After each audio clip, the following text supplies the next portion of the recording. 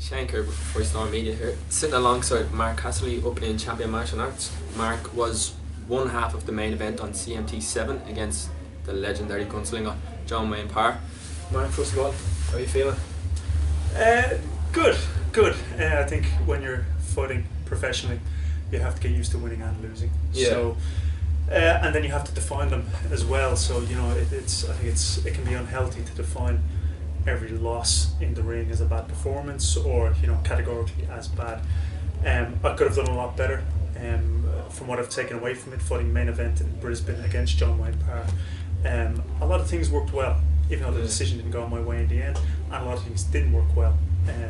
I know what I need to work on, and what I can do, and most of all, after thinking about it, I'm just happy to have had the opportunity to fight a peer of mine, a hero of mine since I've started Muay Thai, and I think I'm still kind of thinking about that, and I'm happy about that. So overall, all in all, no one likes to lose or not get their hand raised, but it was a great experience. Yeah, and overall, it's not really a bad loss to have, really. It's not. No, but the competitive nature of an athlete or a fighter, you're trying to override. I'm trying to override kind of the wants and the needs of winning, and sometimes you need a little bit of time, and I think over the next few days, I think I'll be able to analyse it a little bit more objectively.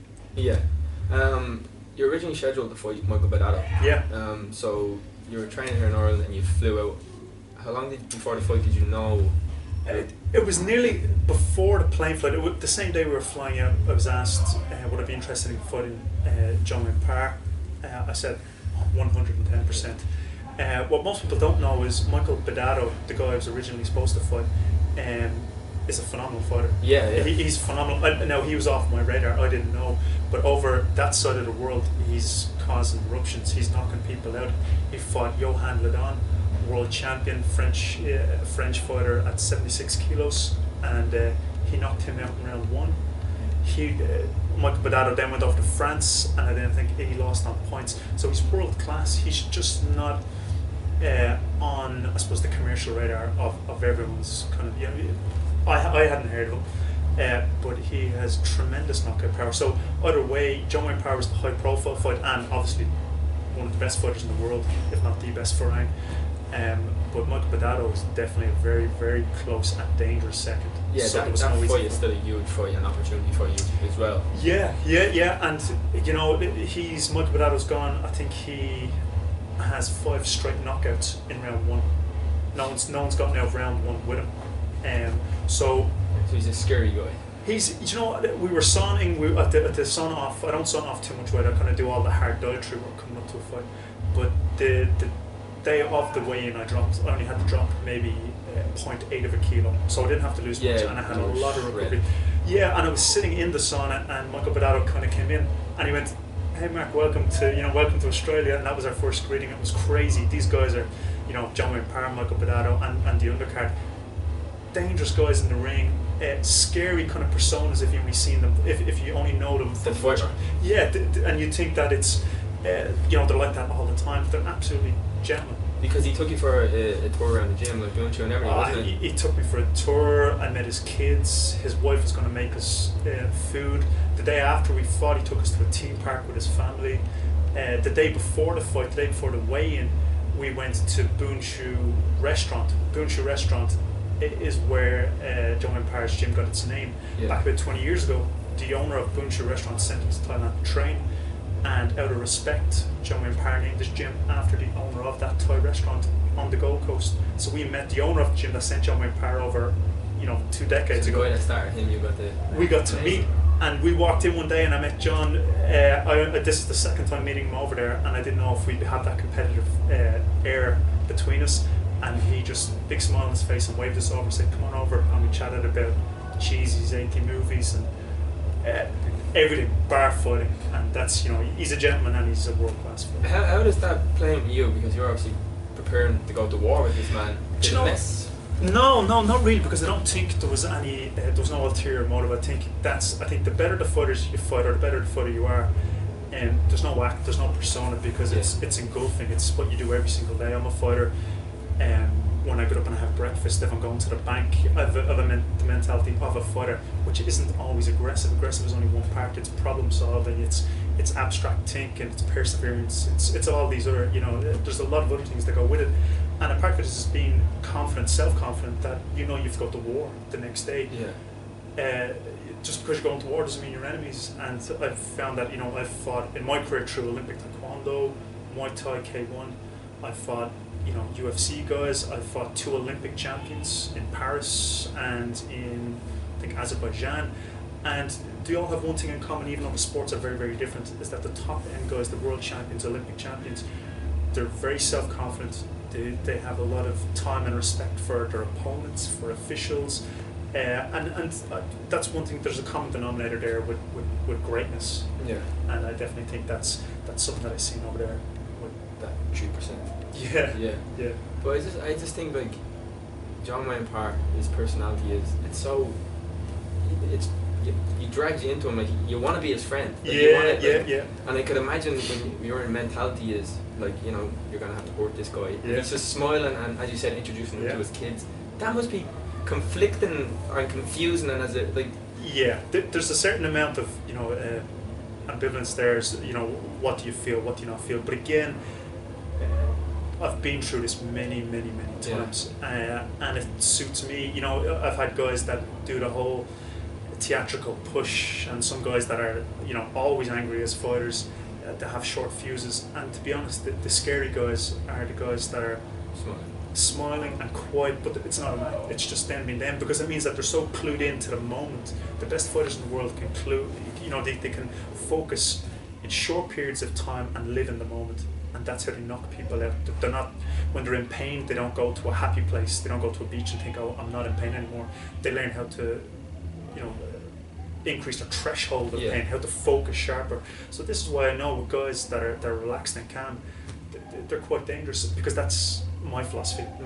And he's obviously he's about 3 times more fights. I think I'm his 123rd fight. I've 47 fights at the moment in Muay Thai and K1. 49 minutes, isn't it? And there's still a lot to learn. You never stop learning, and I think even if I had 123 fights, I'd still think I would have a lifetime's worth of knowledge to learn. I don't think walking along that road to perfection. No, you're never going to be perfect, but you still take a step. Exactly. And I've seen a lot of similarities in methodologies of kind of how he went about things. It would be the same way as how I train. There's a lot of humour in the gym. There's a lot of friendship, and there's a great support system around his training and his family and his fighters, and even fighters that don't fight, if you know what I mean. Guys that train with the fighters. They're all a support system. Everyone has their place like a family. And you know what, I love that. But at no point did I find that he was trying to disarm me with his charm or disarm me with that. He was being genuine. And he was being genuine, and I would have loved to knock him out early, and he would have loved to knock me out in the first round. So there was no conflicting. I didn't find it conflicting, but I would see how some fighters would. What do you take away from that, as in like testing yourself on one of the biggest stages ever, like against John Wayne Parr? It's perception. The way I went into it, and the way I have done for many years. If I'm fighting in China or Canada, which were the 2 previous fights onto this, I treat every fight as if it's in this one same place, this void. It's one ring in this black hole, this void, against one opponent, and that's it. I don't care if it's in China, if it's in Russia, if I was fighting in Petersburg or Vegas. I'm fighting in one ring against one guy, and what I find is that takes away the kind of the extrinsic stress. I'm not thinking about the lights. I don't care if the MC messes up my name. I don't care if they make mistakes like the tricolour is turned upside down. I don't let that affect me. All I know is there's definitely one ring, there's one referee, and there's one competitor, and I'm going to go to war. So once I keep that template in my head and my training flows over into the ring, what I've done in my training camp, well then that's performance, and that's how I'm happy. Now I'll dissect what I've done right and what I've done wrong. If there's any hesitations, and this is what I'll go through with a fine tooth comb over the next week or 2. But once I keep that template of that one ring, that one person, I find that I can keep a very narrow, focused kind of view on my opponent. Does the opponent matter? Would you look at them? Obviously not anymore. Everybody knows how John Wayne Parr fights, and not anymore. Regardless of a world class fighter like John Wayne Parr, I'm nervous every single fight. I'm nervous. Even when what are you nervous about? Do you know, I think I'm nervous of, and if you ask your support system, your family and friends, of letting people down. even though there is no pressure. Because the actual act of what you're doing is you're making so many people proud. Yeah, and even in saying that, I'd be a little bit embarrassed even saying that, because it makes you kind of think, you're on this next level other than everyone else, which I wouldn't think whatsoever. But I do feel that when you're training and you're competing, you sacrifice a lot personally and professionally, with friends and family, with your partner. You do have to be a little bit selfish, or a lot selfish, when it came to me for this training camp. So time was sacrificed with a lot of people, and I could see them, for the greater good of my training, I could see them sacrificing. So it's a linear effect. I'm affecting positively and negatively a lot of the times, a lot of negativity on that, and they want me to do so well. And even though I know deep down they don't care if I win or I lose, they just want me to be happy and to be safe and to enjoy myself. But I've never fully understood that fighters do take on the weight of the world, and the more fights I have, what I learn is it's more about what you do outside of the ring, handling the stress outside of the ring, how to relax, and relationships, dealing with people, not just with that. And that's why I found out with Wayne Parr, because he's fought so many times, that he is just a genuine, normal person, that can just have an instant rapport with someone. Yeah. It's funny, but it's a long journey, and I think everyone learns their own template of how they should act, and when they act wrong, when to apologise, when not to apologise. When fight day comes along, and eventually you have to turn the fan off, you have to turn, this is a nice guy, and you have to turn into Mark Casserly, the fighter now. Yeah. What happens? What changes? Do you? A lot happens. A lot happens, and it happens every single time, but in different ways, and it takes longer in each of these stages. So, for instance, I'm fighting main stage in Brisbane.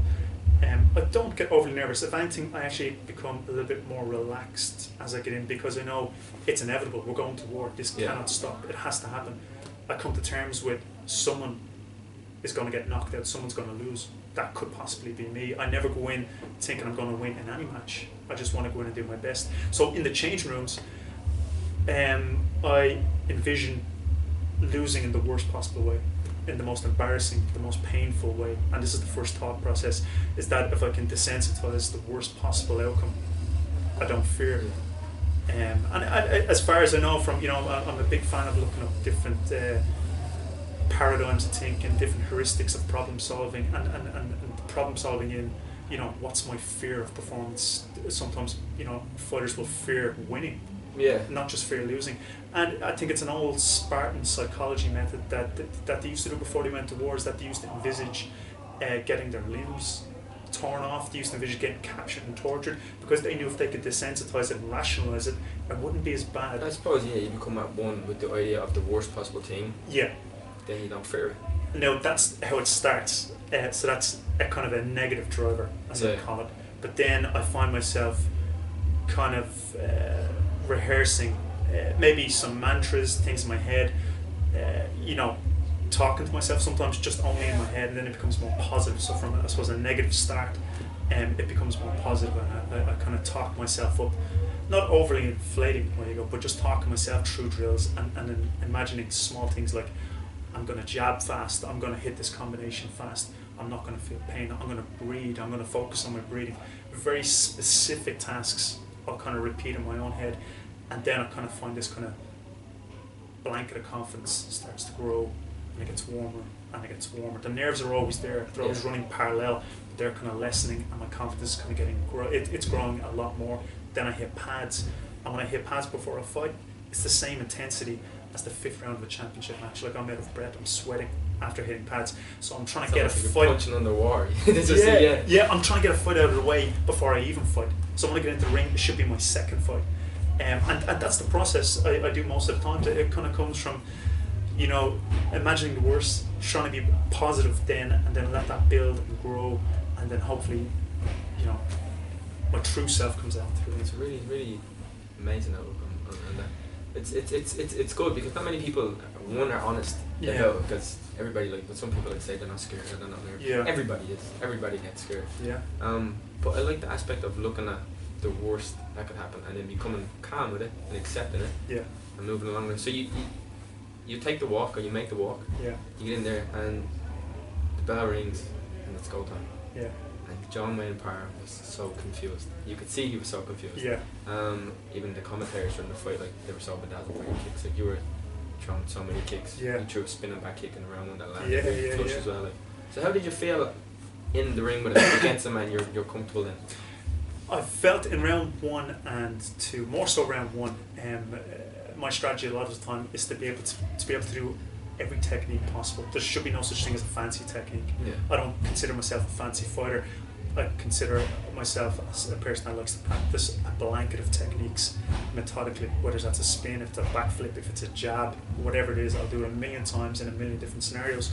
And for that exact reason, as you said, it's to confuse and make the opponent think, what the hell is this? Because there's no way a sparring partner's thrown this type of technique at them. Yeah. So it's happened to me in my early stages when I was fighting. Fighters done this to me, and I slowly learned that the more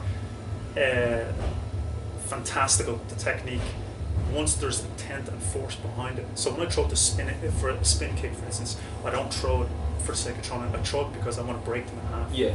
And there's a lot of intent behind it. I know the sparring partners aren't throwing it, and I know they're going to be confused. The problem is, I think, with that is that it takes a lot of energy, and I think that was yeah, that's it. And ultimately, I think that was my downfall, and that was the initiation of when I started to lose. Was that the output was too high in rounds 1 and 2. Could have held back a little bit. I think I should have, and that's probably one thing I'll change. That's one thing I can see. You know, aesthetically at the start, what I should have done was tapered more into it and treated it more like a 5-round fight. But what I wanted to do was put him on the back foot and make him second guess himself and make him think, what the hell is this?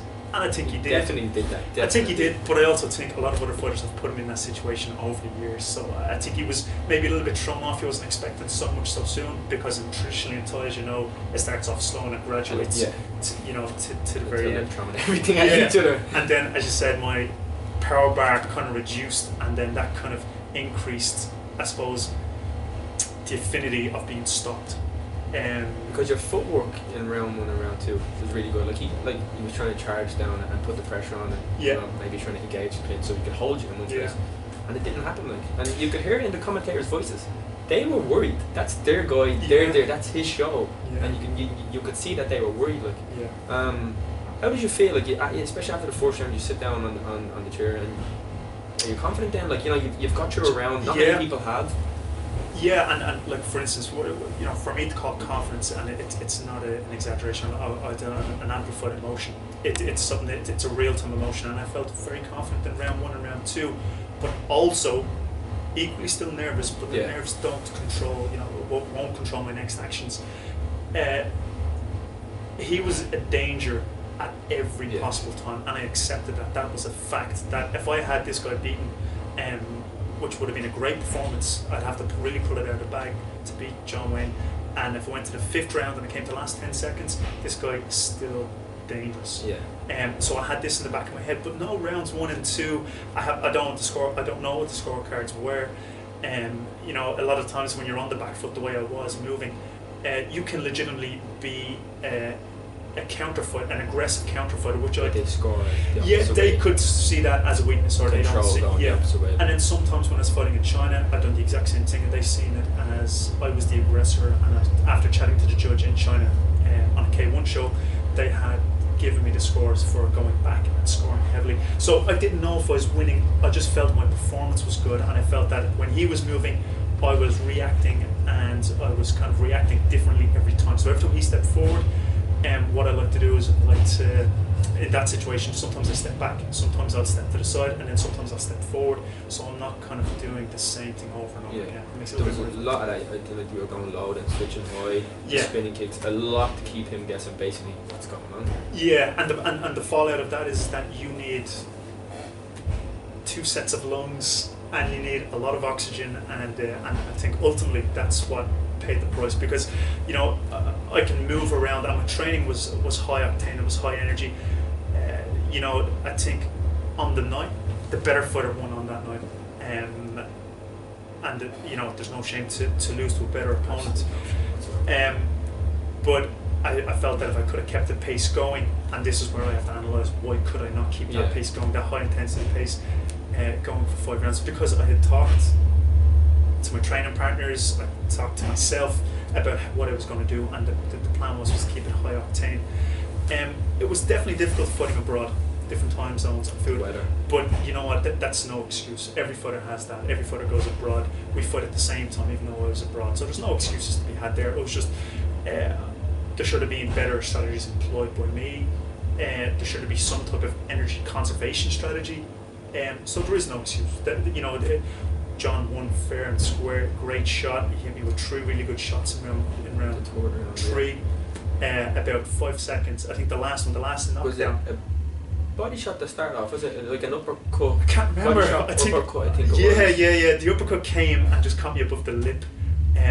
But again, the last time I remember, and it's funny how the mind works, when I won my first major belt, it was against the English champion. Professional Muay Thai match, and it was one of the belts there, and I'd done the same. I started off too fast the exact same way, and he dropped me in the end of round 3, and I went back to the corner, and my corner slapped me in the face and told me, "What are you doing? You've just whitewashed this guy over 3 rounds." But my lungs were closing. I started off too fast again. I got a second breath, came out for the 4th, and ended up doing the exact same thing that John Wayne just done to me. I dropped him 3 times in the 4th. So I just thought it was sadly ironic that it was to come back and happen again. Yeah. So after the second knockdown, was there a bit of panic then? Because you went there and then. Yeah. I went after the first 2 knockdowns. I came straight back up and walked forward after being counted. Anytime I get knocked down, I know it immediately goes to a 10-9 round. So there's a sense of I always have a sense of urgency to get back in and try to turn it around in the judges' cards. So the first 1 or 2. It put me down. Was it the hardest shot? It wasn't the hardest shot. It wasn't a knockout shot. You'll see I came down and jumped back up. Wayne Parr hits hard. If I had, like he didn't hit me on the button, but he hit me enough he could stop me. But my reaction to get back up, the lungs couldn't let me go. I'd expended too much energy too soon, and what I probably should have done was moved a little bit more and not gone straight in. But that's all hindsight. And then he might have done something else, and that might have counteracted. And you're always going to have those wives, but exactly. The 3rd knockdown was heartbreaking as well. Watching it like it was just. It was I seen it coming, and it caught me in the left ear, so it must have been a lead left hook. So he stepped in lead left hook, and then normally I wouldn't be open on the lead because my hands would be quite high. I'm quite good at boxing defense, so I would have covered up my left, put them gloves, then small. It's a very anticlimactic way for a fight to end, isn't it? Especially because if it's just a count, you're going to go up and you're going to continue the fight. So you're not necessarily stopped. Someone else is telling you, okay. Yeah. But I accept it because the referee was a great guy. He was a gentleman, and he turned around and explained the rules very well to me. I think he was very fair, and he was right. I couldn't fault him. He explained the rules. He said it is a 3 knockdown rule in a round. The bell won't save you. So I knew that going in. And it's you follow the rules, and that's. I couldn't argue with that. I couldn't. So I won't ask you how it all feels now because you're literally only a couple hours home. So I know your mind is probably still racing, and you're back taking classes straight away. Yeah. Like behind us here, you have your belts, and you fought in China. You've fought John Wayne Parr. Knockouts against people like Marcus Davis and all. Like, how does that feel? Like career-wise, and where you've gone? Like, I think Thai boxing and K1, it's not like in boxing where not that opponents are handpicked, but there's maybe more background on fighters. If you're fighting a southpaw with X amount of percentage record on knockouts, and there's more statistical information, so you can kind of build a fighter's career. And this is where you get guys with 30 and all records. And Thai boxing and K1, it's unheard of. You could be getting a guy from Belarus that's had 300-400 fights, but on paper it says 30. So for me, the next step isn't always as clean cut as this is where I'm going to go. There was talks about going to different countries. I can't mention them at the moment because we're still in talks, but definitely going abroad and fighting. But I find the biggest problem with that is you just don't know the opponent you're going to get. Yeah. Or their background. And there's almost an acceptance that in Muay Thai, because it's a very tough kind of sport, is that once you get over that 30, 40, 50 fight barrier, pro fights, fight anybody. Yeah. Which is fine, and I've been doing that since the 15th fight, and since Paddy Clint was the head coach in Chuppasar, after about 15-20 fights you were fighting guys with 30, 40, 50 fights. But if you're trying to get better, like I keep jumping around, I'm doing everything. Like that was in the cage, it was Muay Thai, the last one was WLF in China, K1, the other one then in Canada was WKA K1 rules, so the rules are constantly changing, so I'm finding I'm adapting to a lot of different styles, but that's what I have to do constantly, and that's, you know, I wouldn't change it for the world. It's just, it's harder to see your absolute next step. You know, it's gone from the days where you get a phone call or a text that you get a Facebook message now saying any chance you want to go halfway around the world and fight over here. So, you know, I'm always on the phone or the computer, and I'm just waiting for, I've one or two options there, and it could be as early as January or early February. And would cage Muay Thai be something that was your first cage Muay Thai? Yeah. Would that something you'd like to continue doing? Yeah. Like I would try every single style of fighting. I want to think of myself as a fighter, and I have a passion. I absolutely love Muay Thai. Muay Thai is my favourite sport. Yeah. K1 I love as well. I'm a big fan, a spectator, especially like Nicky Holson, the Dutch fighter. I think that complements my style. I like to bring in a few different elements. But definitely anything, you know, in the cage, Muay Thai, it's you're basically open to fights. Anything. And as a fighter, that's what you really want to take do. it wherever it goes, and learn as much as I can in the the short space you have as a fighter, because your next fight could be your last, especially in Muay Thai. A lot of the guys they didn't have a doctor in Australia. They had not just a doctor, they had a high-end, very good doctor who was a plastic surgeon. That's how many stitches were being done over there. Well, you just got to look at John Wayne Parr's face, the cut on the side of his face. A part of the 300 Club, a 300 Stitch Club. 5 weeks ago, like, yeah, was speaking the video that went viral.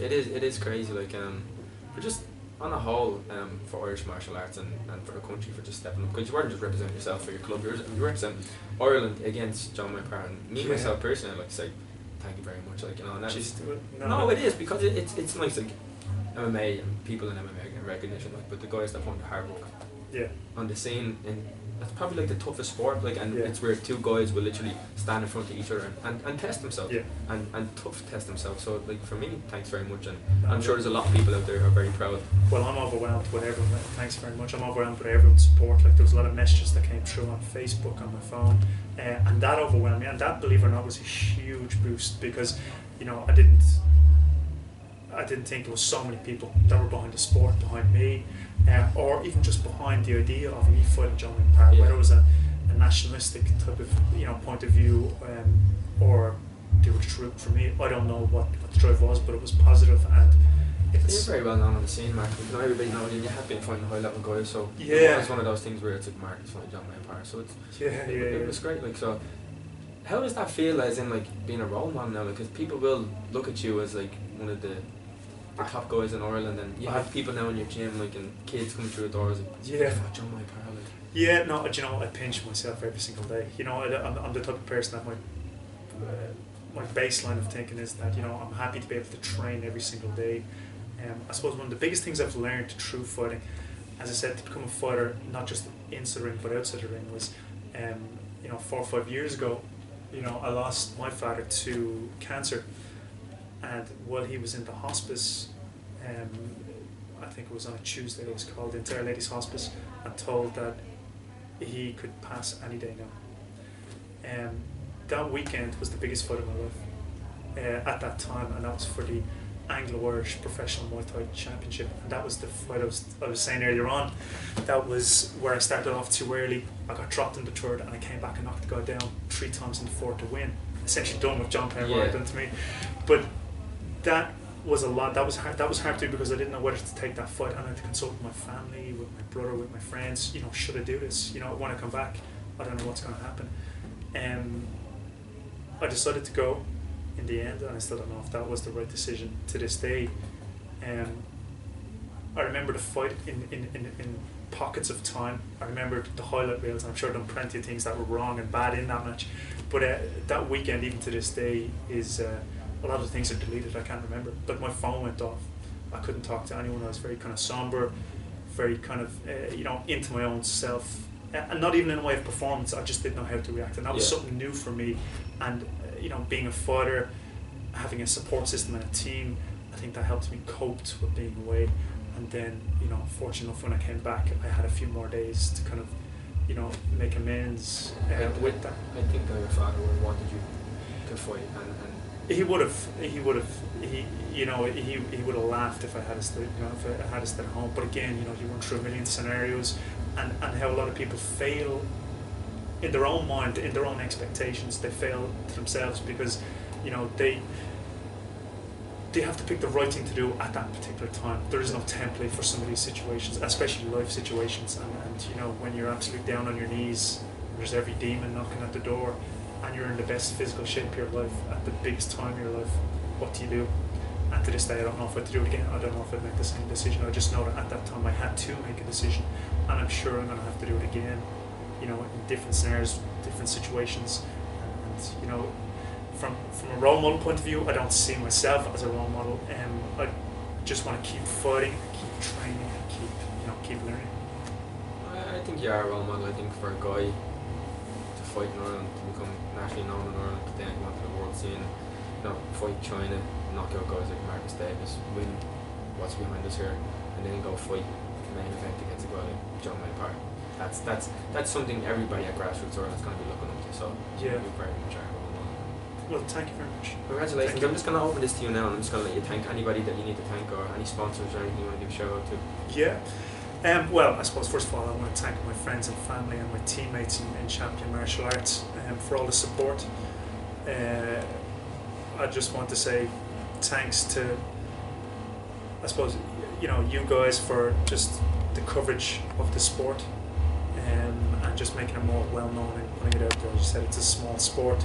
And it's definitely on the rise, and we're definitely riding the curve of the MMA and the UFC and the Conor McGregor kind of era. So just you guys and everyone in here, and thanks very much. Thanks very much for your time, and I wish you all the best for your future. Thank you very much. Thank you very much.